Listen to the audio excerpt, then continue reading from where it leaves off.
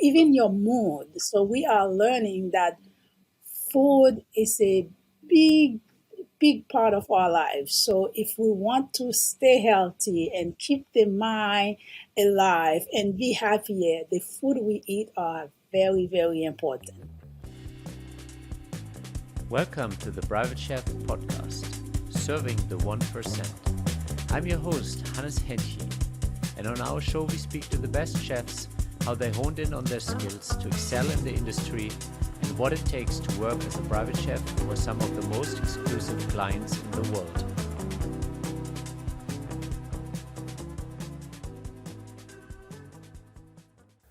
Welcome back to the Private Chef podcast. Today we have Paulette Salisbury with the Private Crew Stuffing Company, and she's also on TV shows and on private planes. So there's a lot going on here today. Welcome to the show, Paulette. Hi, Chef Hannes. Thank you for having me. I'm so excited to be here. And congratulations. That's a very exciting podcast and a platform for people like me and Chef. Well, thank you. Yeah, thanks for being a guest, making the time. And Paulette, why didn't you share a little bit where you come from and where your passion for food and nutrition comes from? My name is I'm Paulette Salisbury. I grew up in Haiti. I I'm a natural food chef, and I also have a company called Private Crew Staffing, and yeah, that's what I do. So when you said natural chef, for people that might not be familiar with that term, what does that indicate? What are you focusing on? A natural food chef. I went to a health conscious school. Natural. It's mainly using food as medicine. So, as you know, what we eat now can really change how our lives can change our health. So, I study a lot the difference between eating a hamburger for lunch and the difference eating some nice vegetable, how that can affect your body, if, even your mood. So we are learning that food is a big, big part of our lives. So if we want to stay healthy and keep the mind alive and be happier, the food we eat are very, very important. Yeah. So what kind of specific school, where was that? I went to a school in New York, which is ICE now. It's called Natural Culinary Institute. It Yeah. was mostly a plant-based food. We learn about mostly vegan, vegetarian, and really everything that you need to know to replace protein. If you don't not want to eat animal protein anymore, and it was a very good experience. Yeah, I think I've learned a lot. What what how food can help us stay have a happier life. And now I think the ICE bought this school, but before it was Natural Culinary Institute. I'm plugging for them. So that's the school I went to. So why were you so focused on that? What made you go to that school? Where did that passion come from? Well, I was working on private jet, and I was serving a lot of high profile individuals. You know, a lot of my clients were CEO of major companies, celebrities, and politician, ex-president, and I saw a shift in the industry. A lot of those people didn't want to eat just anything anymore. They know that certain food, they didn't want to eat them anymore. They Yep. didn't want this steak. So, and as a chef working on a private jet, you have to use catering company, especially when you are, in countries like in France and Spain or in South America. So it was very hard for me to get these people to cook healthy meal. So I started cooking myself. So I started to cook for my clients. When I'm on board, for instance, when I'm in South America, I would work with local chef and tell them what I want to bring on my airplane. And they loved it. So from there, and I started to cook for them, and I started getting referrals and referrals. This is how my whole natural food. And then after that, I felt that I needed more. I need to learn more. So that's when I ended up. I went back to school, to culinary school. Yep. To, really Yeah, take it to the next level. to the next level. Exactly. So you mentioned that you had a diverse range of clients. How did you originally build those client relationships and to even get to the point where, one could refer another?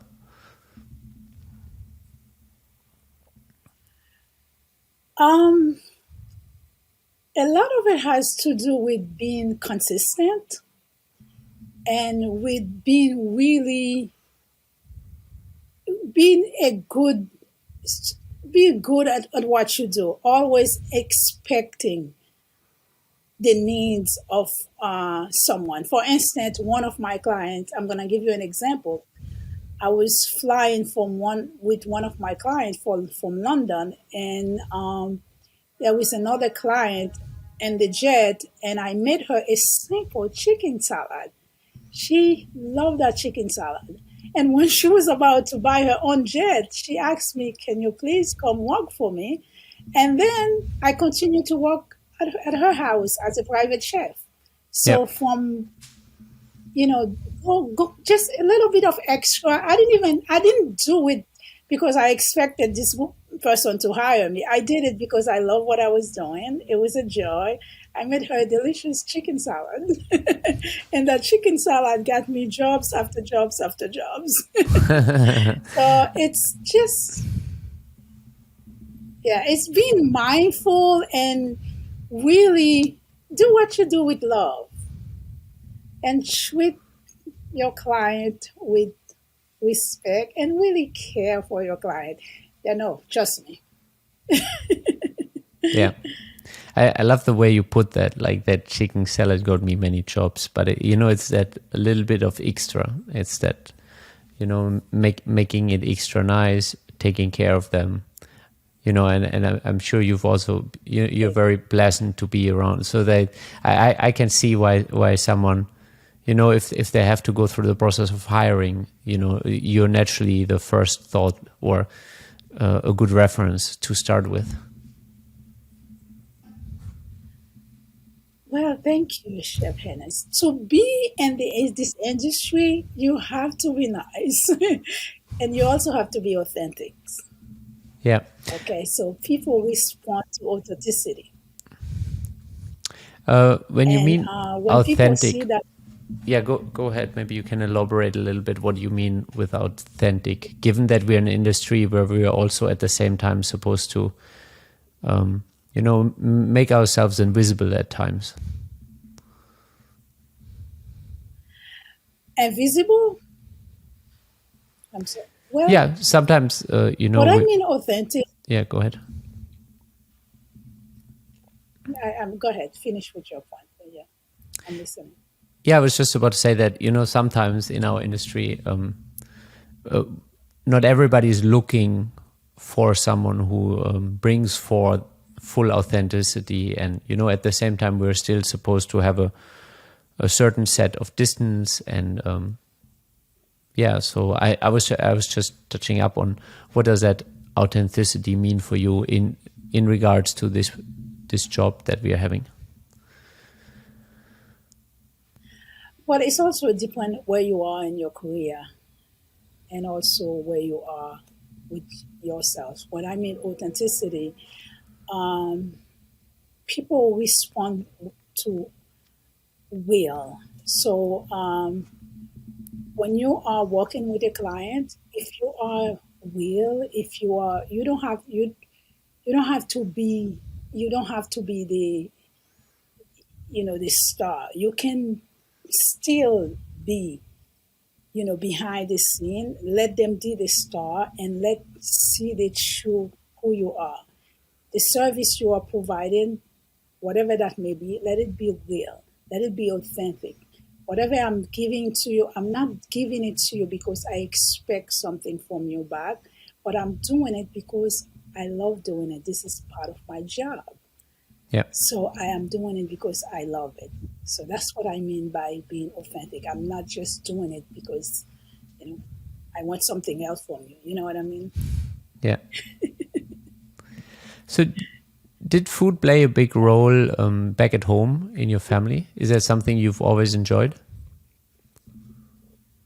Yes, yes. Around, I grew up in a village. My dad was a farmer, and every night, we always have everyone around the table. It didn't, it wasn't fancy food. It was peasant food, what we call it. But it was around the table. We all come together. We share stories. We talk. That's when you learn about people. And food was it was always part of our lives. You know, good. Cooking in the kitchen, cooking, talking. That's when the lady will tell you everything around cooking. So food always play a major part of my life, and I'm glad to be in this industry where I'm cooking. I'm still cooking. So, what's your favorite part about the industry? Yeah. Oh, it's a community. It's a little community. We all have stories.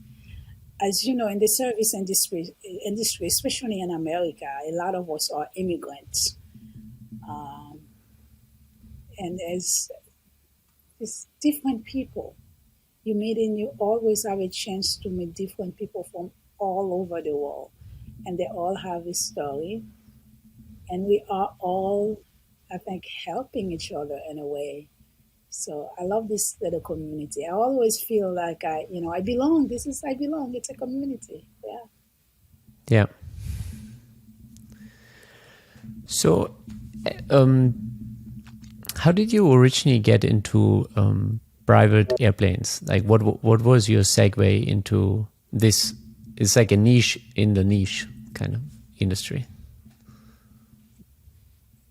Ah, um, it's a very challenging industry to get in because a lot of my clients would say to me, my private plane is my living room. I don't invite anybody in my living room. So it's part of the 1% of the population. I used to be a flight attendant, and I transitioned to be a corporate private jet flight attendant. And yeah, I started as a regular flight attendant, and that's how I started. So you got like full airline experience, and then you segued over into the private sector, and then you leveled up with becoming a nutrition or like a health coach, chef. A chef, exactly. So it was not it was a it was a step by step. I started here, and then I saw the opportunity where, because the private jet industry is totally different than the commercial airline industry, because with the private jet you are dealing with any day you can have a CEO of one of the biggest company in America in your plane, and he's on CNN.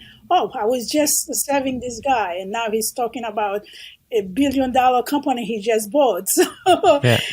or you can have this celebrity who's yes, who's in a concert, and then you have to be there for their needs, and it was very exciting. So yeah, Yeah, that doesn't really happen too that's much yeah, on a that's corporate airplane, like on the.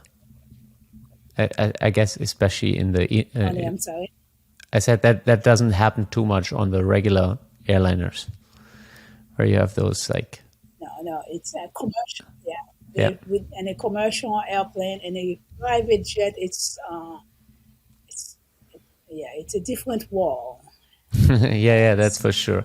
I mean, it's a clear distinction once you're at that level, and I mean, I think that's a level that most people in the world can't even imagine. It's a different life altogether, and I think now it's maybe a little bit more in the public knowledge. You know, I think there, given where social media and how photography and everything is these days, it's more so in the public eye, but most people still can't really imagine what it means, you know, to roll up in your car to your own plane and just take off and land somewhere, and you know, not have any of the hustle that a commercial flight goes through. exactly. It's a different world. And when I started in the industry, it was so private. That's why these people have their own jet. It was so private, you know. And you were being certain company I work for. I was monitored the whole time. You know, if you they know what you're doing, they know everything you're doing because very it was a very secret industry. So and then you have to be very private, very responsible, and you can, yeah, you cannot share people's information with anybody. So it was very interesting. Yeah. So which one is your favorite jet maker? What do you mean? What's your favorite jet I've been on to fly with? Chef Hennons. I've been on all types of different jets. I was in the Yeah, industry. yeah, I get it. But which one is your favorite? Like, for I example, I do really appreciate Gulf Streams for, you I know, the love way they look, the sleekness, the way they operate. yeah, I love the Gulfstream 550 and 650. That's my favorite jet. Yeah, It's smooth. You can fly easily. I used to fly with a client easily from Brazil to the United States, 11 hours. It was an easy flight, and it's very smooth, and it was one of my favorite. Yeah. yeah, and both of them are rather spacious, even for you as a crew member. You know, you still have that tiny cabin in the front, and you have the two bathrooms, and you have. I think that's Yeah, I mean, you know, you still have. and a Gulfstream, Go ahead. the last client that I'm one of the client I'm actually working now, his Gulfstream, he had it made for himself.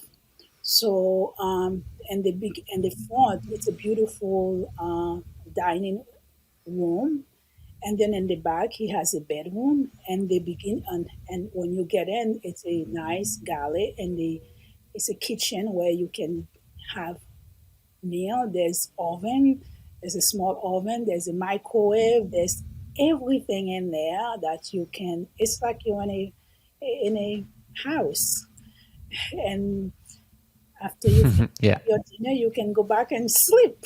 So yeah, yeah, that's the ultimate luxury.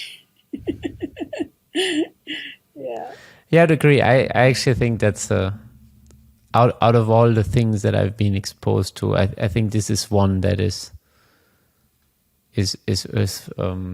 you know, really putting it aside. You know, it's one thing to have a nicer car, yeah, but going, even if you can fly first class, it's never like flying in private and because it's so painless. it takes away all the pain almost from traveling besides the jet lag. Yeah, even with the jet lag, if you have a good chef on board that can prepare you certain type of food before you go to, some of my clients, they know certain thing. I'm not gonna feed them before. If you go into Paris, in the morning, you're gonna get up in the morning. So certain food, I'm not gonna serve you. I'm gonna serve you certain food that's gonna calm the body, and then in the morning you have certain things you can feed your clients. So even the jet lag is easier when you're traveling private. I want you to elaborate on that. I want you to really elaborate on that. So, because I think that's really interesting, and I do personally pay attention to those things. Okay. But speak a little bit more about that. How we can tune in the body to avoid jet lag and kind of make sure that they're feeling a certain way, that the body digests a certain way, so they're tuning in to wherever we're going in terms of time zone and everything. Okay, so if you're gonna go on a long flight, for instance, if you're going to Paris or whenever you have a long flight, I mainly I'm not eating certain kind of food, like a big steak, a big burger, a lot of alcohol. I'll stay away from food like that. I'll eat food that just a little bit more like calming, like turkey. If you eat some good turkey before you fly, and there's certain thing in the turkey that's gonna help the body also, and less alcohol. And then also I am going to drink, like I'll feed my client a little bit of a smoothie. I'll make a turmeric, some kind of turmeric drink for them or anything that's going to calm the body. So I try to feed them food that are very calming. And there's a delicious smoothie that I make sometime with tart cherry, with yogurt or milk, and with cinnamon and cardamom, and with all those things. So I'll give it to them before they go to sleep, and then they go to sleep. In the morning, have a delicious smoothies. And so it's all about what you feed in the body. Yeah. I mean that's for sure. I mean, as you said in the beginning, food can be medicine, and everything we eat triggers something in our system. Exactly. Yeah. So, what do you do with your latest venture, the crew staffing? Do you train people to go on your clients' jets, or? I work with private chef. I also I work with a few corporate jet flight attendant. I also work with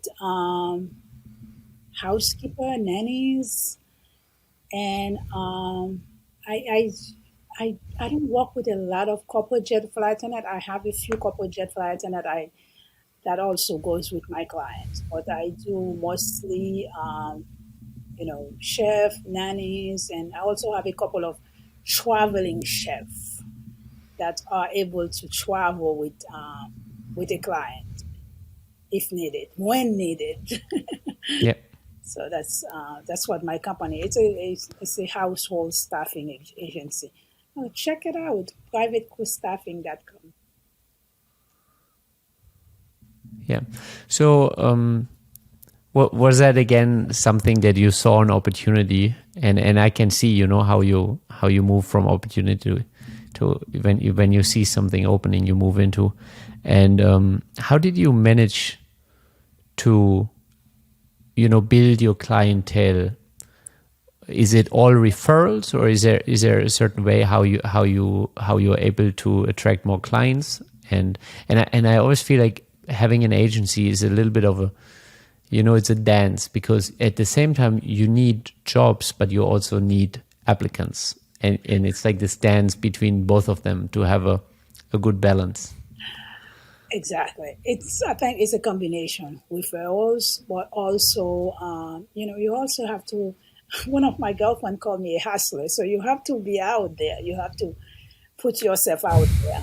So Yeah, I mean, I think I stopped flying because I became a mother, and I was traveling a lot, and I was missing too many birthday party for my son. So that's when I Yeah. decided, I was going to, and when I was gonna think about other ways. I love the industry. I can stay in the industry and still provide the service. And when I stopped flying, I would still get a lot of clients asking me, "Can you fly? Can you do something? Can you provide me with a chef?" And I was doing that. I was doing the referral for free. I'm like, why am I doing this for free? Why people? So, and I was getting call and call, and then I'm like, I'm good. So that's when I started charging people for uh, referral. So yeah, this Yeah. is how I made the transition. So, what are the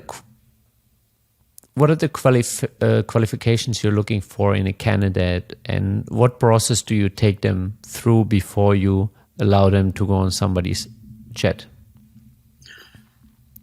Whew. um, I like consistency. Okay, I want someone to be consistent.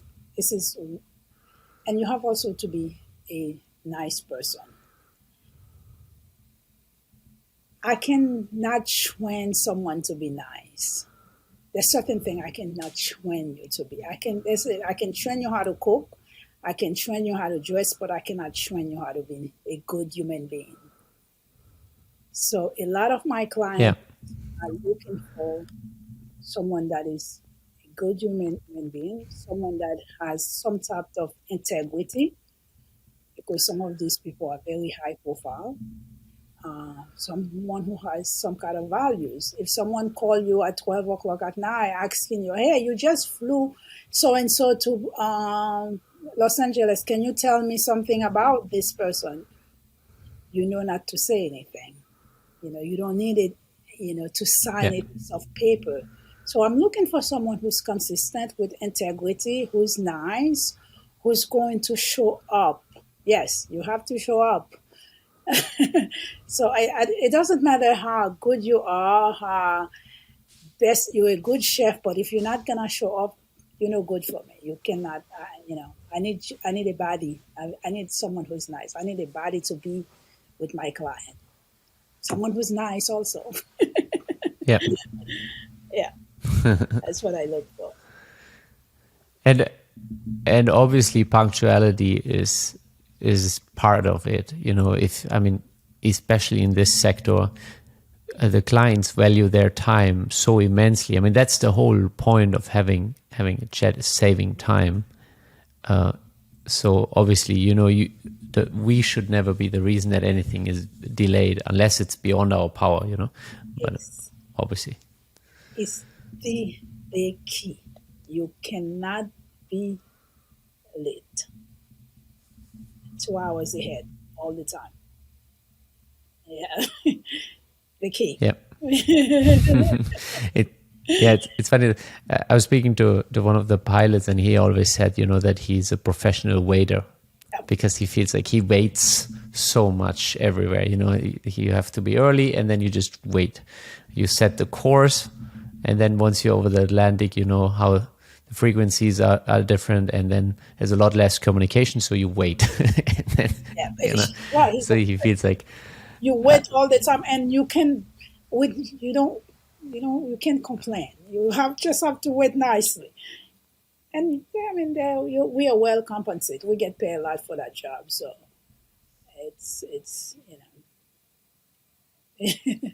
yeah. yeah, well, part of that value is I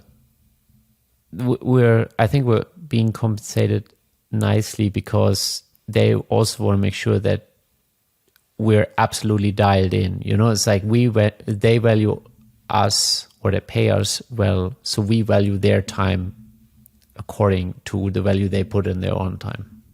Exactly. It's an exchange. It's a definitely an Yeah. exchange. Yeah. So what do you think makes a good client? Like what are the attributes of some of your favorite clients? Oh, well, it's someone who's considerate, someone who's, I mean, my favorite client was someone who's considerate and knows that I'm there. I'm not just a body. I am a human being. I have my own family. I have a child at home. So I like someone who's considerate. So if you, it's not because you Yeah. pay me a lot, but acknowledge that I'm there. So it's it, it's hard not to. Sometimes it's all about the client. It's all about the client. It's all about the. But it's good to someone who consider it. But those are my favorite clients. Yeah, I would agree. I think there's something about, and probably it's just an innate human need, that there's a sense of appreciation for being acknowledged, and on that simple level, like it's not that they need to actually ask about what's going on, but just being acknowledged, using someone's name, that those kind of simple things that make a huge difference. Simple, yeah. Using my name, and also, I mean, as a private chef, and you know what it's like to prepare a dinner party or prepare. It takes a lot, especially when you are dealing with a very high profile individuals. So sometimes you have to order certain kind of ingredients you cannot find. It's to prepare a meal. It takes a lot, and I just want someone to say, "Oh, you did a good job. Thank you. Thank you for doing that."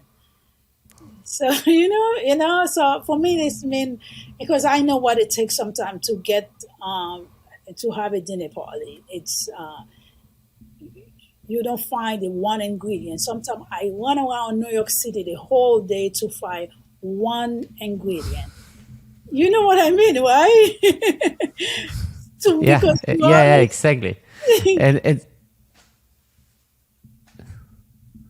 sometimes it feels crazy, you're literally running, you're like in the Upper East Side, but then you're going all the way downtown, and you hope you will get it there, and then you're like, oh, they're sold out, and you go somewhere else, and you're like, oh my God, you literally spend like half the day just looking for one particular ingredient. exactly, and this. That's one ingredient. That's what make the dish so delicious, and you want to please the person. And so I just wish people would, acknowledge that. And yeah, So what are some of your favorite shops in New York that you like to I go per? Oh, I love the Yeah, farmers market. You see how I'm getting excited, right? I love the farmers market. There's yeah, one on 14th Street. I loved it because I think that I mean, we get to see, I've been to some of the farmers in New Jersey. They invited me to visit their farm. I love it. It's my favorite place. And, I feel like I'm helping them, and people should shop more at the farmers market because we help in communities, and it's a lot of it fresh, they're seasonal. And also I shop at should I say the name where I shop?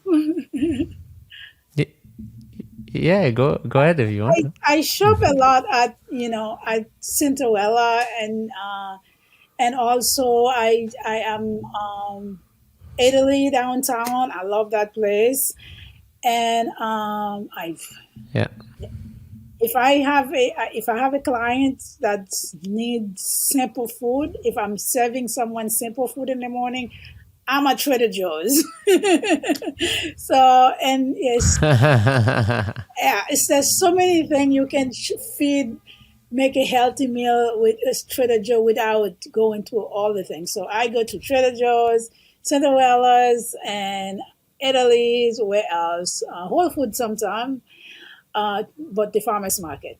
And I have a lot of the local shops around here that know me, and they always give me save something really good. It's also about a relationship with your all the local places. So I that's my favorite things to do. Yeah. Yeah, I think it all boils down to relationships. No, whether it's client relationships or relationships that you have with other people that, for example, are some of your crew members or the vendors. It's a relationship business after all. Yes, it is. Yeah, it's good to have a good relationship, and when you go to the butcher, they're gonna reserve the best part of the meat for you. I'm so excited about the food industry. Yeah. So, what are some of the plans you have for the near future? What are some of the new ventures or things that you care for? I um I really want to stay in the industry.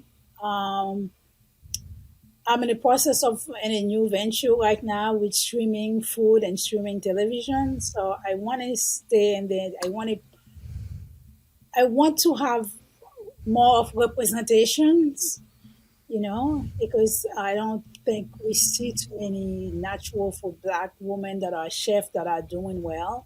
So I want to have more representations, and I want to produce some quality food program, and yeah, that's what. And I also want to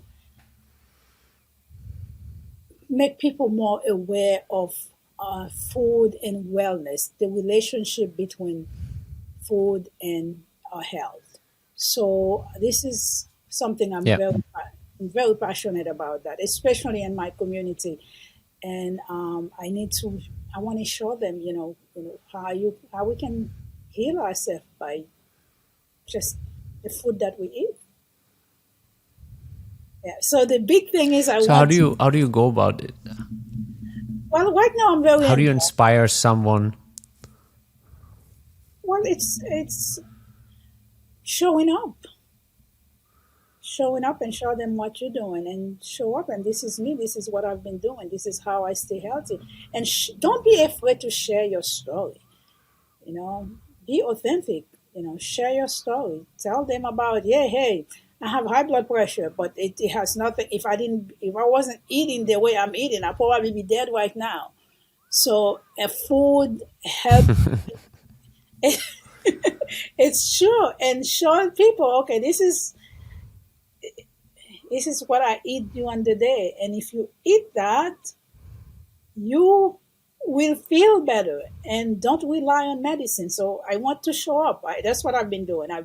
I am in my community. I show up. I show them what I eat. I show them how to eat better. It's up to them to take what I'm sharing with them. So I'm going to continue sharing that, hopefully on a streaming network, because we don't have a lot of we don't have we don't have that. We're not being represented. So I want to be able to Yeah. do that. When you say we, do you mean women or your Minority, particular community? my community, minorities, black, Latinos, the black and brown community. It's like Yeah. we don't exist. I it's This is what I want to. You know, I recently. Yeah. Yeah, And go go ahead. ahead. Go ahead. No, no, no, no.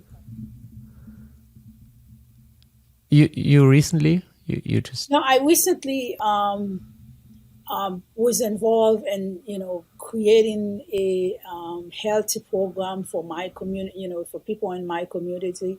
So it's all about showing up and doing the work and show people what to do, and people will do it. Smart people are smarter than we think. They'll do it.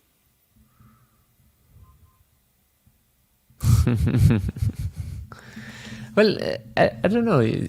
I think yes and no. So whenever I speak to doctors, for example, and they're the ones prescribing the medicines, but many times they could just suggest lifestyle changes. But the runaround is a little bit. So one, doctors don't have all the information. Most doctors don't have a single nutrition class in their studies. And the second is most people, and that's based on some doctor feedback, doctors I know personally, they would rather take a pill than actually going through the lifestyle change. I totally I talked to my doctor about the same thing. I agree with you. But chef, it's all about education. You have to educate people. You cannot just tell him, here, take the pills. Or if you don't take the pill, you can eat that. You have to educate people.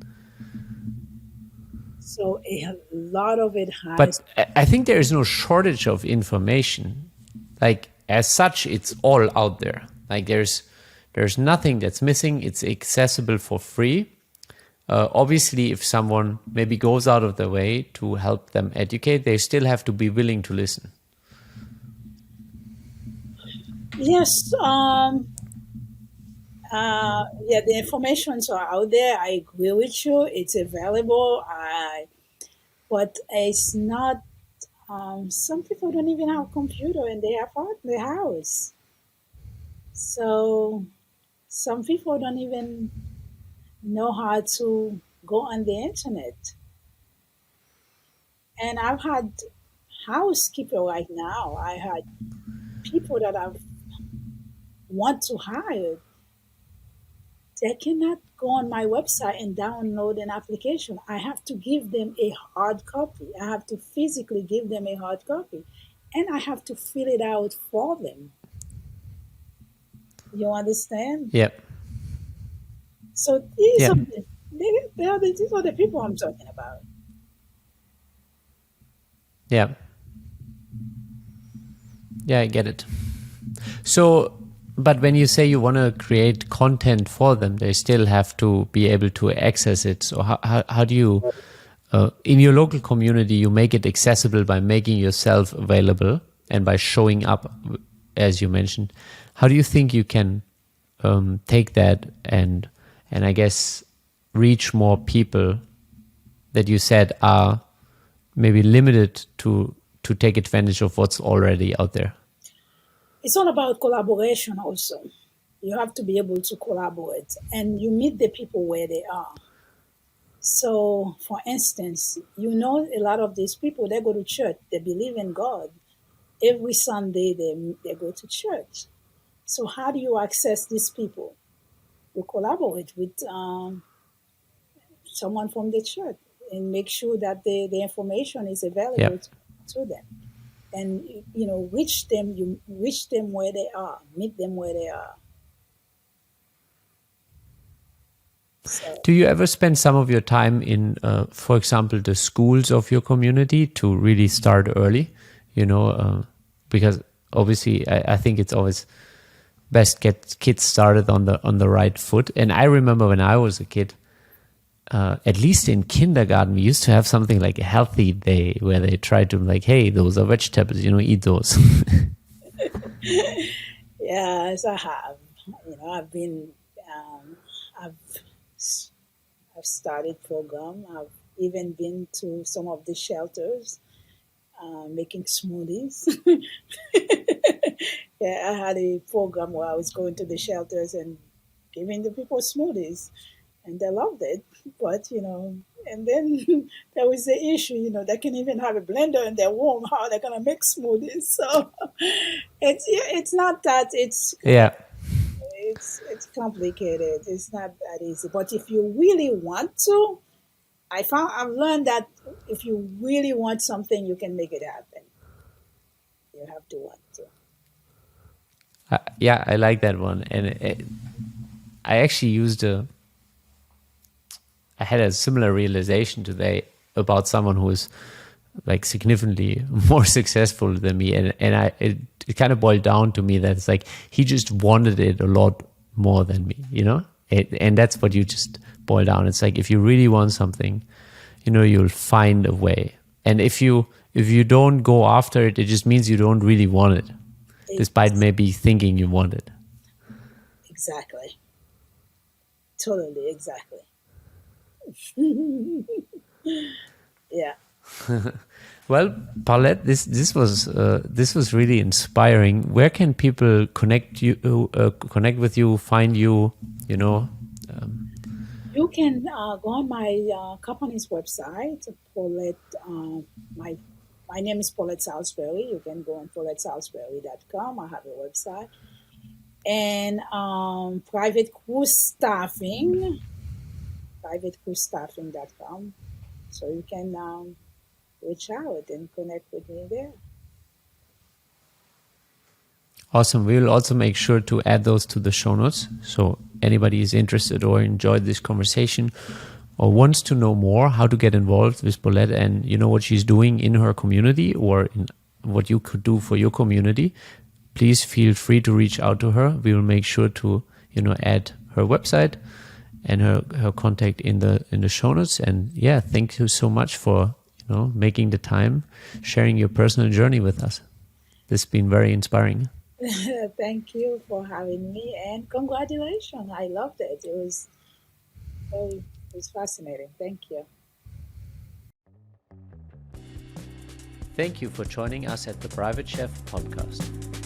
If you know any highly skilled chefs that want to take their life to the next level, make sure to share this podcast with them. And if you enjoyed this episode, click subscribe and check out our upcoming episodes. Thank you for listening.